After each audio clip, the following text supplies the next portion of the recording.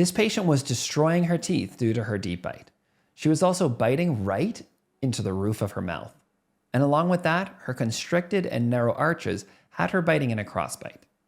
Now, so many times we hear dentists saying, you can't move molars with Invisalign, but in this example, we're going to show how you do just that. So we've got a 10-month deep bite case with an adult who we're going to treat using lingual attachments. Now, this patient did not actually present to our office as a new patient or as a hygiene patient. She heard about our practice and drove from 6 hours away to be in there for the consult. Now, if this patient was a hygiene patient, I want to show you what I would talk to them about in order for them to understand the value of aligning their teeth and where the problems lie. Okay, so you can see here that this patient has significant wear on their lower incisor. On her upper teeth, because of how the central incisors have worn against the lower incisors, you can actually tell that her 1-1, her right central incisor, is quite a bit longer than her upper left central incisor. Right, this patient is hitting early on those teeth and damaging them because the deep bite is so significant. There's a cross bite. And when we look from the inside view, you can see that she's actually biting directly into the roof of the mouth and indenting the gums. Now, she had no idea at all that these problems were going on. But once she sees it on the actual iTero, I can guarantee almost every patient is going to understand the problems and issues directly in front of their own eyes. Now we're going to go ahead and we're going to talk about the actual consult. So again, we did not actually see that patient for the initial hygiene visit, but if we had, our goal would have been to describe to her the issues and problems that she has going on in terms of her bite when it comes to the chipping of the teeth, the biting into the palate, the crossbite that's going on, the uneven length of those incisors. All of those are kind of the key takeaways I want her to understand. And then we're going to talk about the solutions at the actual consult visit. So we're presenting the problems first. We're not talking about using Invisalign trays right off the bat. We're just talking about these are the problems. This is where we'd like for your bite to be at the end of treatment. And there's lots of different ways to get there. One of them is brackets and wires. One of them is Invisalign. They're just different options that are available. This patient presents then, and when she actually comes in for her consult, her chief complaint is that my front teeth tip back and my canines stick out. And I don't like that. Now, ironically, these are not necessarily the things that I would have even talked to her about at that initial first hygiene visit if she had presented for that. The reason why is that the wear on her teeth is more concerning to me than the position of the incisors. And yes, the canines stick out, but I care more about her deep bite and the damage that's happening. All right, so let's take a look at the actual problem list here. Now, this patient has crowding with their teeth. They have a deep bite. Their arches are constricted. There's lingual crown torque. And there's chipping and wear on the teeth. We talked about already, they do also have a crossbite on their premolars. So obviously there's a lot of things going on. When we look at this patient's profile, what we notice is that she does have a concave face. So her nose and her chin are further forward, whereas her lips, they are protruded. Now, this is a very non-extraction face. If you were to take out teeth, you'd pull the lips and the soft tissue back even further. And the problem with that is it's going to cause her face to be even more protruded or dished in. So that's really problematic. So we do not want to be taking out teeth in a situation like this. When we look at the smile aesthetics, we can tell that there is constriction on the premolar teeth. Because looking at those premolar teeth, you can see that they're a little bit darker than the other teeth in the mouth. That's not because those teeth are a different shade. It's actually because the light is not hitting those teeth. The canine tooth in front of that premolar is what's actually blocking all the light, and it's not allowing that tooth to kind of reflect back the same way the other teeth in the mouth are. Okay, so the things that you want to make sure you're addressing whenever you look at your outcome simulator is if there's chipping, wear, and abfraction. We've talked about that already. If there's a Bolton discrepancy, we want to be aware of that, and you want to make sure that you're evaluating the gingival margins. Because if the gum lines are not lined up properly, that's going to draw the patient's eye. Now, it doesn't mean that you do an incisal filling on the edges of every single worn down tooth. But I think you should at least present that as an option so the patient understands that this is something that could be done to enhance their treatment result. So I want to show you how to remove the IPR to see if there is an edge-to-edge bite or a Bolton discrepancy. Now, if you click the IPR, you can see that all of these different areas have IPR planned between them. If we just click on the X and remove them, this is now going to give us an accurate reflection of what will happen if we just use aligners to straighten the teeth. Now, it does not mean that we should definitely do it that way. It just means that we are removing the IPR to see how much expansion is occurring And do the arches fit together properly at the end of treatment?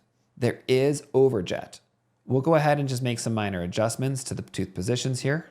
So right now you can see we do have overjet. So we have not put this patient into an edge-to-edge bite, right? The anterior teeth are moving forward and creating more overjet than where we first started. So the lid and the box, they fit well together. Now, one thing I recommend changing on all of your cleanse checks is some tooth positions. Take control with the 3D controls so you can show them that you have mastery and expert skills with the software. Even if nothing needs to be significantly changed, I would always go in and make some modifications so the patients can see. Okay, so after presenting these issues and problems to the patient, it's now time for us to talk finances. So the classic way of presenting the case is just to tell her, it's $7,800 and we need to collect $2,300 down. What I prefer with a modern presentation is to ask them, do you prefer paying in full and receiving a discount with this case? Or would you prefer to have monthly payments? Patients are going to tell you whether they think they're going to go one direction or the other. And at this point, we have not talked price. And is there an amount that you'd be comfortable putting down to start treatment? And then is there an amount that you're comfortable with each month? Those are the three things that I actually would recommend asking the patient before telling them what the total price is going to be. So how does that actually sound? It sounds like this, right? Hey, Cindy, so Dr. Schalk just went through all your different treatment options. Is there anything that was unclear to you or you have questions about? How do you feel about it? And they may reply saying, well, I never thought that I could be a candidate to fix my teeth. I never thought that you could do this. Now, some patients choose to pay in full and they would receive a discount. Other patients choose to do monthly payments. Do you have a method that you'd prefer? Now, the patient's either going to say, I always pay for everything up front, or no, realistically, we just put the kids into soccer and we just had to pay for new equipment. We just bought a car. We can't do paying in full. So we'd probably do monthly payments. Awesome, that's great. Is there an amount that you would be comfortable with putting down in order to start treatment with this case? And they might say 3,000. Awesome. 2,000. Awesome. 1,000. Awesome. 0 at our practice. Awesome. Right? We're okay with that risk, but not everybody would be. So in previous presentations, I've gone through the financial presentation more comprehensively, but the main points I want you to take away here is I don't think you should be presenting this case requiring a down payment of $2,000+. It puts a huge barrier in front of you. Instead, how we present is that we let the patients direct the conversation. But if you want to see how we truly present our cases to start more than 50% of them at a financial price of $7,800, then check out our courses at clearlyaligned.ca. The key thing is, though, we allow the patients to have the psychology of being in control of setting up their finances. We give them the ability to come up with the plan that makes the most sense for them. Because so many times we've heard that somebody's been for a consult and they're told, I have to put $2,000 down to start this case, and I could never be able to do that. And I'm okay with things being a little bit more expensive even if I have more flexibility and time to pay it off. And another thing we hear all the time is that I always pay up front, so getting a discount just solidified the decision to pay everything off right away. So with this particular patient, we asked if she wanted to pay in full and receive a discount or do monthly payments. And she chose to go ahead and do monthly payments. She decided to put down $750, which we are okay with. Her monthly payments ended up being $225 a month over 18 months. The total time it took our financial presenters to move ahead with this case was only 5 minutes. So by streamlining your financial presentation and having confidence in how you do it, you can convert a much higher rate of cases by giving the patient the information that they actually need and getting out of your own way. We talk a lot at Clearly Aligned about using lingual aesthetic attachments so nobody sees them on the buccal. And that was no different in this case. So we presented her case as taking between 12 to 18 months if she does the attachments on the inside of her front teeth. If we're doing them on the outside of her front teeth and she's taking out her trays when eating, she'd be looking at 18 to 24 months. So once presented that way, the patient chose to have the attachments on the inside of their front teeth and leave their trays in while eating. Is that if patients are eating with their aligners in, they must remove their trays after they finish eating, brush their teeth, brush their trays, and put them back in.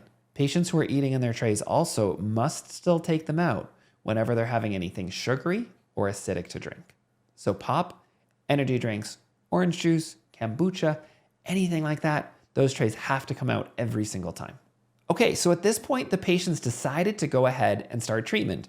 Now the real challenge begins. How are we going to set up this patient's case for success? So with our treatment plan, there's a few different goals that we have. We want to correct her to class 1 occlusion. We want to make sure the midlines are on. We want to upright her buccal teeth, and we want to fix her crowding. We also want to correct her crossbite and create proper arch development.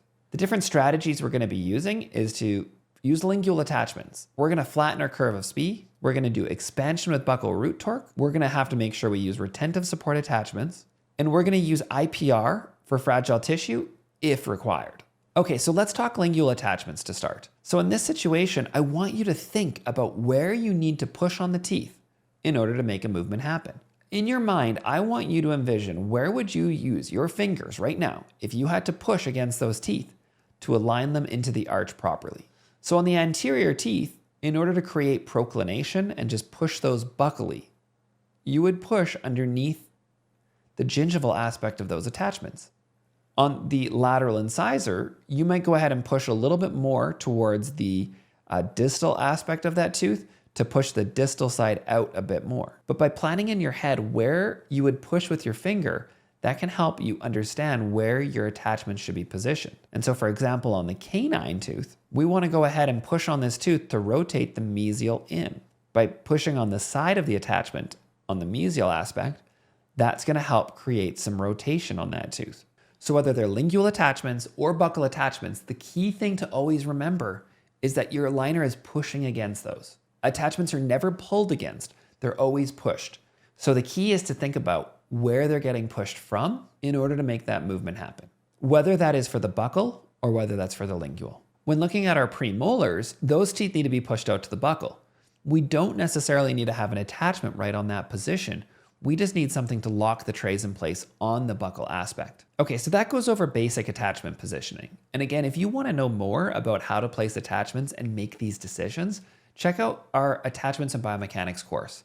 We spend about 25 hours going through every decision-making process of where attachments should go and why you would use them in different circumstances. So our second goal of treatment is to flatten the curve of spee. And so if you look in the anterior region, you can see that those teeth sit much higher up than the premolars and especially that first molar. So in order to flatten the curve of spee, we need to go ahead and put pressure down on those incisors with the aligner to push them into the bone and intrude them. At the same time, we need anchorage of the trays to clip in place in the back region. So when we compare the initial position with our final position, you can see that we've intruded those lower incisors and we've extruded our premolars and our molars. So the outline in green shows the initial position that you would see on tray number 1, whereas the position in yellow is showing the final position of what you would see on the final tray in this set.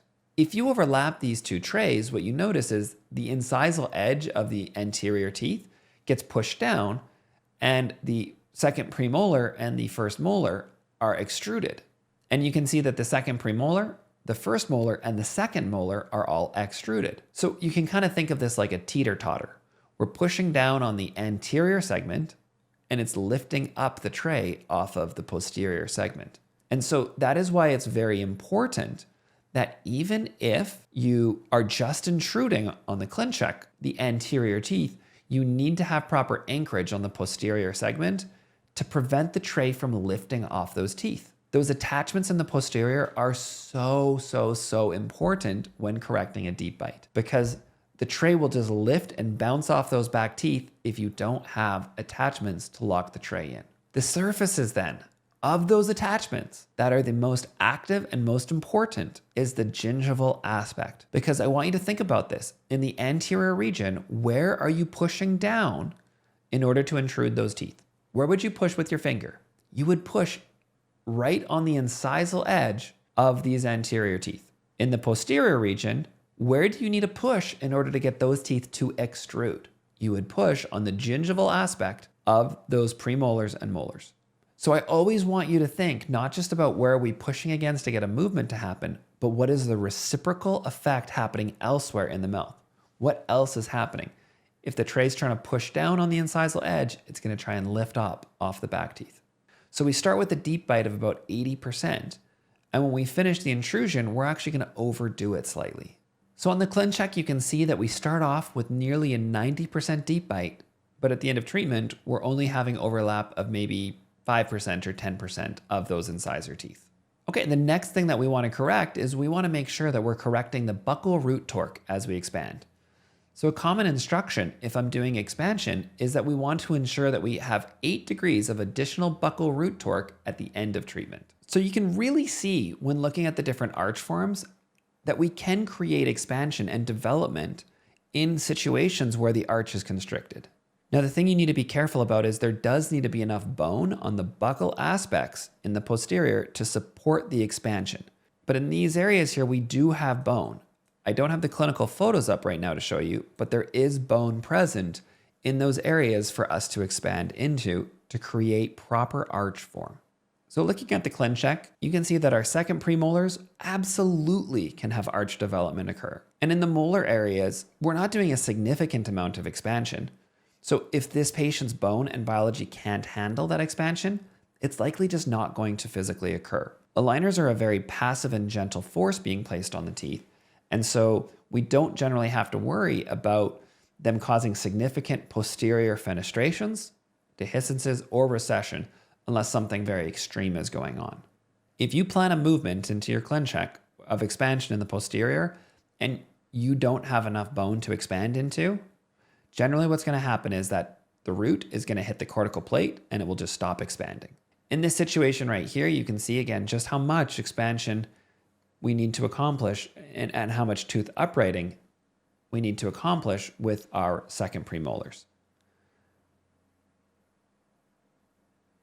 Now, when we're doing that expansion, we want to ensure that we have buccal root torque present.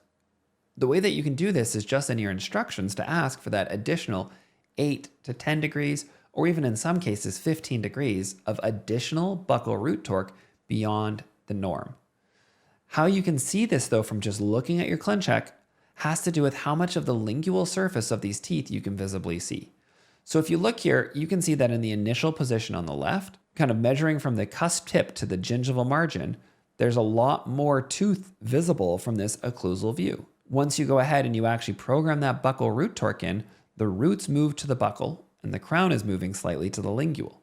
So there's less visible aspects on the lingual part of that tooth. And that is a way that you can tell the difference of that buccal root torque. To create proper buccal root torque though, retentive support attachments are required. Whether these are conventional attachments, as in this situation here, or whether that's actually going to be Invisalign's optimized attachments. There's an optimized expansion attachment, as well as an optimized support attachments, and either of these attachments could be used to help assist with expanding the arch and generating buccal root torque. The next consideration here is going to be how well can the gingiva withstand the expansion that we've potentially planned in. So when we look at this patient's gingiva, we can see that she has really nice, acratinize tissue, right? She doesn't have free mucosa. So looking at the edges here and just visually looking and palpating it, feeling with your finger, you can tell that she actually has really, really good gum tissue. And so this is quite likely going to be able to handle the expansion that we may plan in. But one thing you can do is you can actually look and measure how much expansion is occurring. So using the ruler tool, you can actually measure exactly how much expansion is occurring. We'll activate the ruler tool, and now we can measure. And we can check to see how much expansion occurs from the very tip of the incisor in the initial ghost image, the initial position in blue, and compare where we finish. We're expanding 5.6 millimeters. Now this example, what we've done is we see that we are expanding about 3 millimeters and about 5 millimeters in the maxillary and mandibular arches with no IPR. If we want to check out a plan where we place IPR in, we can then see that if we place IPR, the amount of expansion is going to be much less. We could have it so that it's only going to be 1.5 millimeters and 2.3 millimeters. This will decrease the likelihood of potentially having recession, but is it something that's necessarily needed in this case? And so to do IPR or not to do IPR, that's the question, as Shakespeare taught us. But the solution then could be is we can place IPR into the treatment plan, but we only do it if it's actually needed. What we're going to do in this situation is we're going to place it later in treatment after these teeth have finished expanding and moving into their proper spots, and we're going to observe to see Is there recession that looks like it's starting to occur or that we're at a higher risk of it? And as long as we're not, then we'll not do that IPR. And so the position we place that in is at tray 54. So out of 70 total active trays, with this patient changing out twice per week, tray 54 will be the time point that we consider whether we're going to do this IPR or not. We've gone ahead, we've addressed all those major points. Now it's time to see what actually happened for this patient. Now, considerations for this particular patient is that she's driving from 6 hours away. So we're going to ensure that we're monitoring her with dental monitoring to see if there's any indications of recession. This could be done now with Invisalign Virtual Care as well, as that's also a great product for being able to check and see different photos from this patient that are sent in directly from where she lives. So she's just sending these photos in using her iPhone. So we can check and see if there's any potential recession that looks like it may be starting so that we could do a refinement early and put in more IPR sooner in the treatment plan if that's needed. And like I said, consideration is at tray 54, we're going to decide whether we do that IPR or whether we're going to jump in and do an early refinement. So these are what the photos look like when using dental monitoring. These are all taken from the patient's iPhone using essentially the dental monitoring, I guess the right term for it is tube or cheek retractor, but essentially it gives us a nice view of her teeth to see if the trays are fitting properly, as well as if there's any gingival problems. The beautiful thing with dental monitoring is that we can check out any set of photos from the entire treatment for her. So we can see where she was at after the first week, the 5th week, the 20th week. We can see exactly how things progress. We can also see the statistics of how frequently she got a go to move to her next aligner and how many times there was going to be hygiene issues or if she was ever late scanning.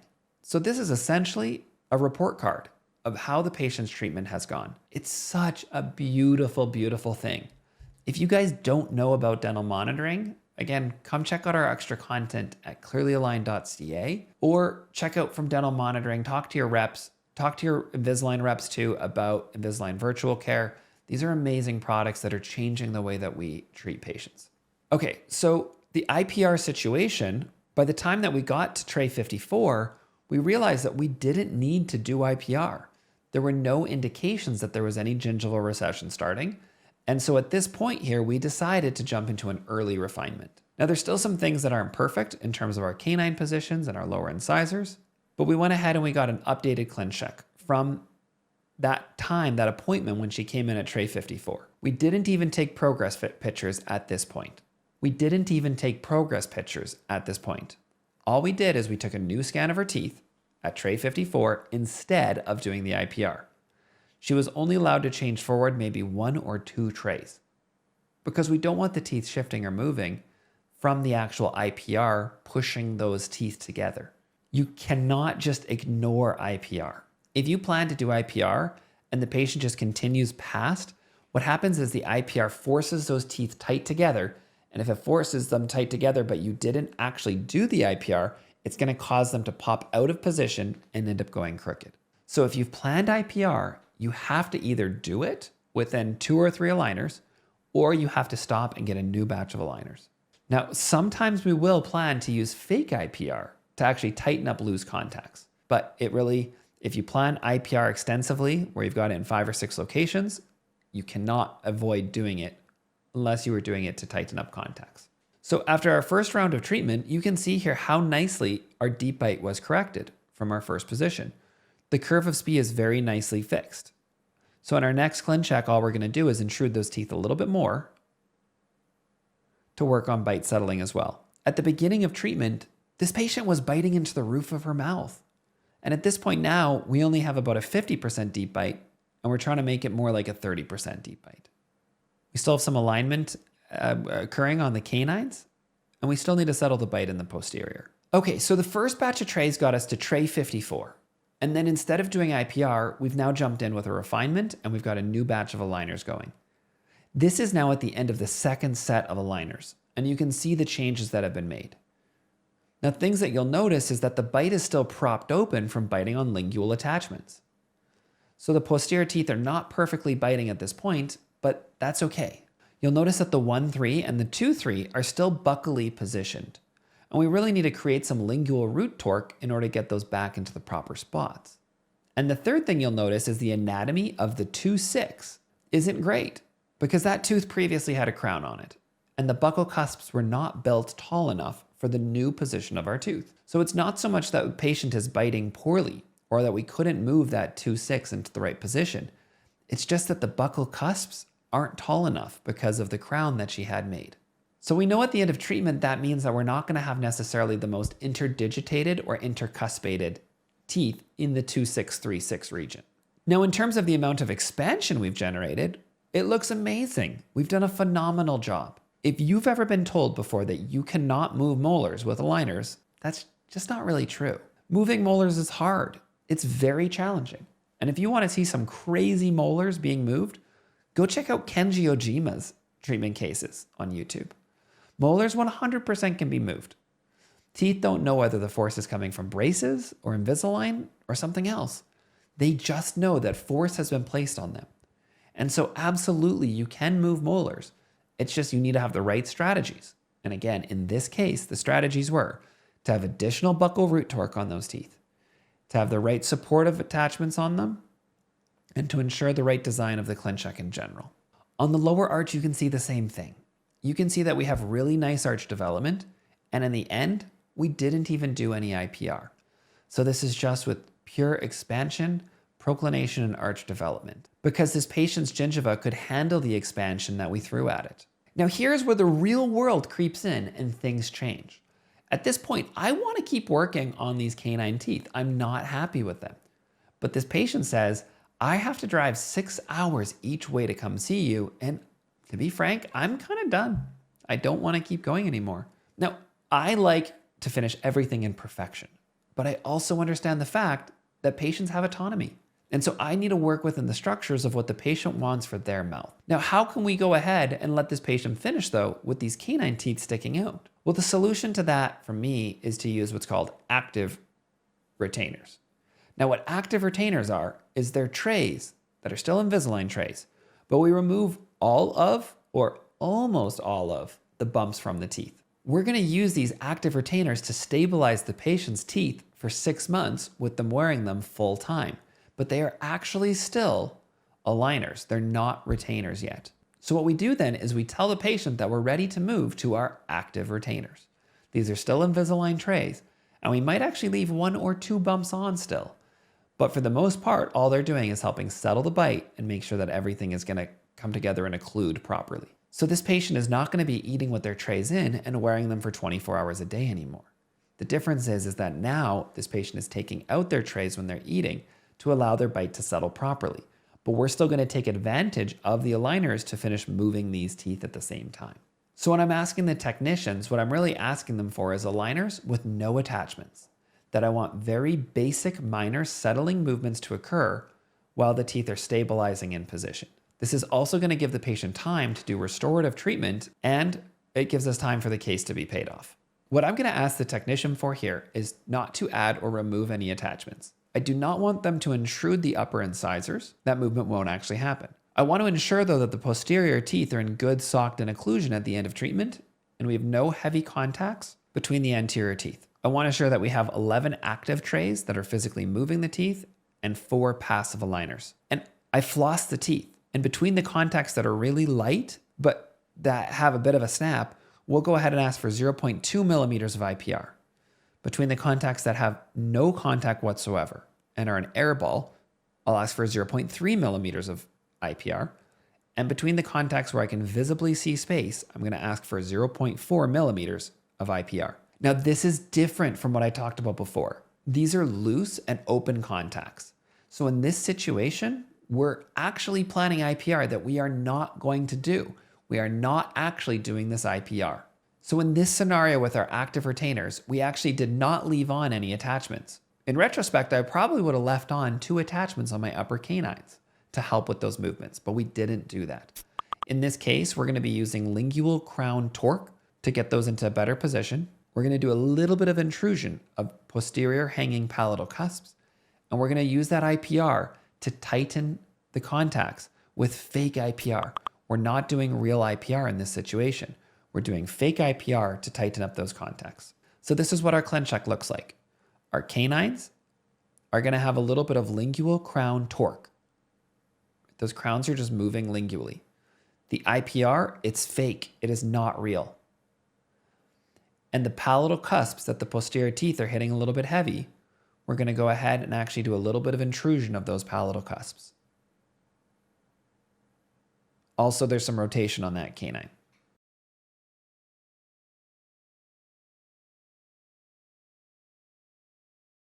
Okay, so I want you to see the final results now, right? We had to make compromises and we weren't able to finish moving those teeth with attachments on as comprehensively as we'd wanted, but I want to show you the results. At the end of treatment here, her smile is beautiful. She's super, super happy with it.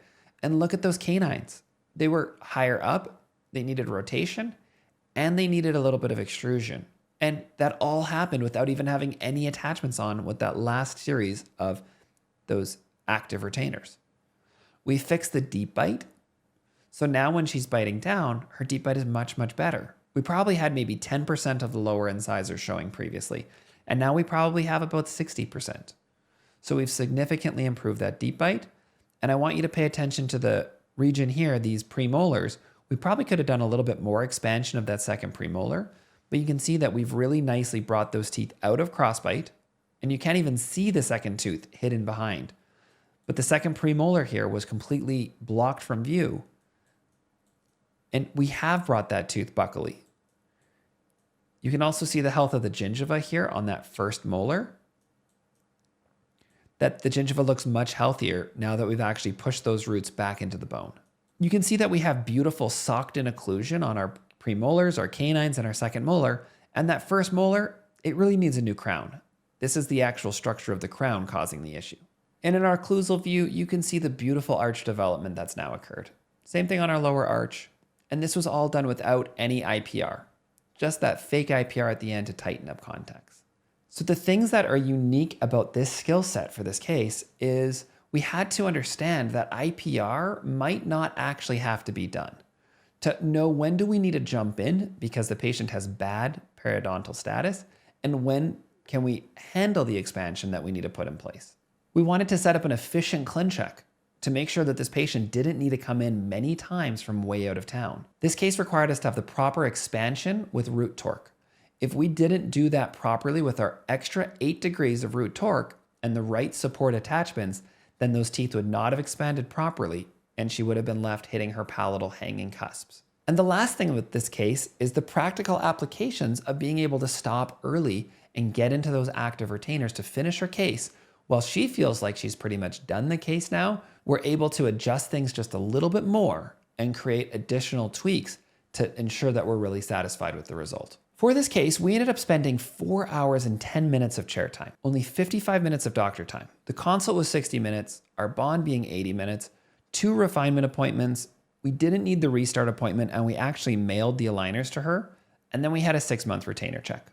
So in total, this case took me less than 55 minutes of my time to actually see her clinically. She only came to Grand Prairie 6 times in total for the entire treatment, including her consult and retainer checks. There's almost no way you can. So these cases are very, very lucrative if you can be efficient with your treatment plan.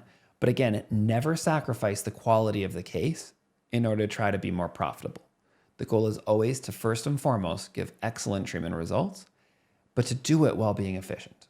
So the key takeaways with a case like this is that you absolutely can treat adult patients comprehensively in the right circumstances.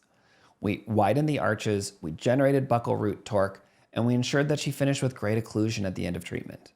But it didn't have to take a significant time to do it. With this case, we were very efficient both with the time frame as well as the number of appointments. And there's different strategies that you can use to squeeze out a little bit more movement when otherwise you might be finished this case. And these strategies are all available for you at clearlyalign.ca. My goal has always been to provide you with the top strategies so that you can treat comprehensively.